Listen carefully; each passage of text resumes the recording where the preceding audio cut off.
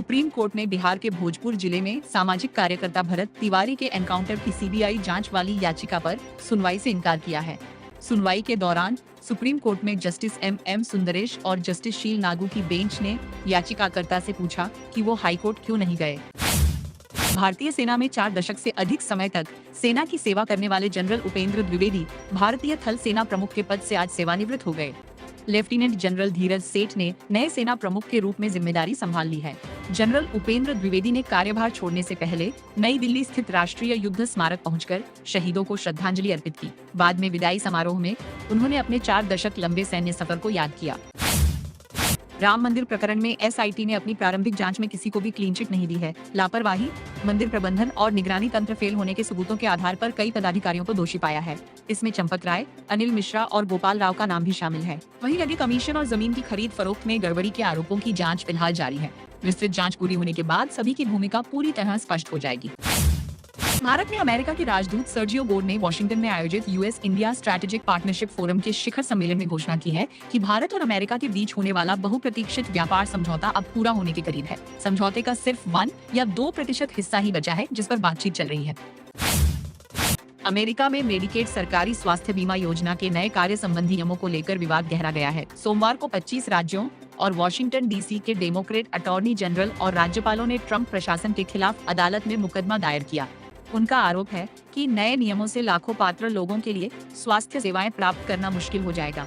याचिका में कहा गया कि इस महीने अमेरिकी स्वास्थ्य विभाग के तहत आने वाले centres for Medicare and Medicaid services ने जो अंतरिम नियम जारी किए हैं वे पिछले साल बने कानून की सीमा से आगे बढ़कर बनाए गए हैं। सोने के दाम में आज 30 जून को गिरावट रही। 10 ग्राम 24 कैरेट सोना 1039 रुपए गिरकर आज 1.40 लाख रुपए आ गया है। वहीं 1 किलो चांदी आज 3690 रुपए बढ़कर 2.24 लाख रुपए पर पहुंच गई है। भारत का यूनिफाइड पेमेंट्स इंटरफेस यूपीआई अब ग्रीस में भी लाइव हो गया है। ग्रीस इस डिजिटल पेमेंट नेटवर्क से जुड़ने वाला नया देश बन गया है। एथेंस में यूरो बैंक के हेडक्वार्टर में यूरो बैंक और एनपीसीआई इंटरनेशनल पेमेंट्स लिमिटेड की पार्टनरशिप से शुरू हुई इस सर्विस का लाइव डेमो भी देखा गया। केंद्रीय वाणिज्य और उद्योग मंत्री पीयूष गोयल ने एथेंस की अपनी ऑफिशियल विजिट के दौरान इस सर्विस के लाइव डेमो को देखा। ग्रीस के इस नेटवर्क में शामिल होने के बाद अब दुनिया के 10 देशों में अलग अलग रूपों में यूपीआई का इस्तेमाल किया जा सकेगा। ग्रीस से ठीक पहले कंबोडिया इस लिस्ट में शामिल होने वाला 9वां देश बना था। इससे पहले Singapore, UAE, France, Mauritius, Nepal, Bhutan, Qatar और श्रीलंका को उन 8 देशों के रूप में लिस्ट किया था जहां यूपीआई को स्वीकार किया जा रहा है। 4 बार की विश्व चैंपियन जर्मनी का फीफा विश्व कप 2026 अभियान राउंड ऑफ 32 में समाप्त हो गया। 120 मिनट तक 1-1 की बराबरी के बाद पराग्वे ने पेनल्टी शूटआउट में 4-3 से जीत दर्ज कर प्री क्वार्टर फाइनल यानी अंतिम 16 में जगह बना ली। जर्मनी की टीम 4 बार की चैंपियन रह चुकी है।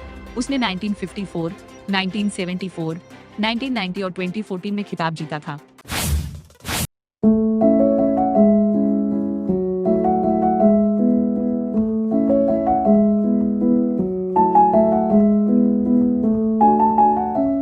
एशियन गेम्स 2026 के लिए बीसीसीआई ने मंगलवार को भारतीय टीम की घोषणा की। हरमनप्रीत कौर की अगुवाई में 15 सदस्यीय भारतीय टीम का ऐलान किया गया है। बीसीसीआई ने टीम में एक बदलाव किया है।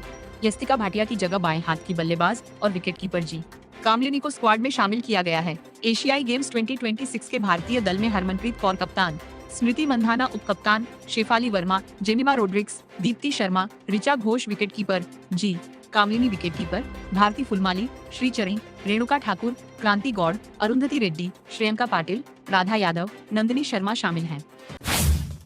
भोपाल के चर्चित ट्विशा शर्मा मौत मामले में जेल में बंद सास गिरिबाला सिंह और पति समर्थ सिंह की अदालत ने न्यायिक हिरासत 14 दिनों के लिए बढ़ा दी है। इस मामले के वकील अंकुर पांडे ने कहा कि अभियोजन पक्ष ने न्यायिक हिरासत 14 दिन बढ़ाने की मांग की क्योंकि जांच के कई अहम पहलू अभी बाकी हैं।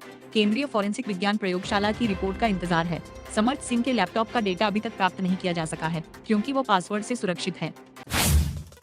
मध्य प्रदेश सरकार ने अनुसूचित जनजाति वर्ग के छात्र छात्राओं को बड़ी राहत देते हुए छात्रावास और आश्रमों में रहने वाले विद्यार्थियों की छात्रवृत्ति की दरों में वृद्धि कर दी है। जनजातीय कार्य विभाग ने इस संबंध में आदेश जारी कर दिए हैं। नई दरें 1 जुलाई 2026 से प्रभावी होंगी। मध्य प्रदेश में मानसून की रफ्तार फिलहाल थम गई है लेकिन बारिश का सिलसिला जारी है। मौसम विभाग ने बुधवार को प्रदेश के 50 जिलों में बारिश का अलर्ट जारी किया है। वहीं जिन 15 जिलों में मानसून पूरी तरह सक्रिय हो चुका है उनमें बैतूल, छिंदवाड़ा, पांढुर्णा, सिवनी और बालाघाट में भारी बारिश की चेतावनी दी गई है। इन जिलों में अगले 24 घंटे के दौरान करीब 4 इंच तक बारिश हो सकती है। 2 जुलाई से प्रदेश में नया वेदर सिस्टम सक्रिय होगा, जिससे कई इलाकों में भारी से अति भारी बारिश का दौर शुरू होने की संभावना है। भोपाल में 440 मेगावाट क्षमता वाले Morena solar plus storage project के पावर परचेज एग्रीमेंट का शुभारंभ मुख्यमंत्री डॉक्टर मोहन यादव और केंद्रीय नवीन एवं नवीकरणीय ऊर्जा मंत्री प्रहलाद जोशी ने संयुक्त रूप से किया। इस अवसर पर मुख्यमंत्री डॉक्टर मोहन यादव ने कहा कि राज्य सरकार ऊर्जा के पारंपरिक स्रोतों पर निर्भरता कम करते हुए स्वच्छ और हरित ऊर्जा को बढ़ावा देने के लिए लगातार काम कर रही है। उन्होंने कहा कि Morena solar plus storage project प्रदेश की ऊर्जा सुरक्षा को मजबूत करेगा और भविष्य की बढ़ती बिजली जरूरतों को पूरा करने में महत्वपूर्ण भूमिका निभाएगा। मुख्यमंत्री ने कहा कि मध्य प्रदेश निवेश, उद्योग और ग्रीन एनर्जी के क्षेत्र में तेजी से आगे बढ़ रहा है। शासकीय उच्चतर कन्या माध्यमिक विद्यालय शाला क्रमांक 1 फतेहगढ़ की प्राचार्य विमला शाह मंगलवार को सेवानिवृत्त हुई। वे विगत 11 वर्षों से विद्यालय में प्राचार्य का पद संभाल रही थी। 17 फरवरी 1988 को इनकी प्रथम नियुक्ति हुई थी। बुधनी सहित कई जिलों में विमला शाह अपनी सेवाएं दे चुकी हैं। सेवानिवृत्ति के अवसर पर क्षेत्रीय पार्षद प्रतिनिधि मोहम्मद जहीर एवं अन्य शालाओं की प्रिंसिपल, शिक्षकों एवं पालकों ने गुलदस्ते भेंटकर उनका सम्मान किया।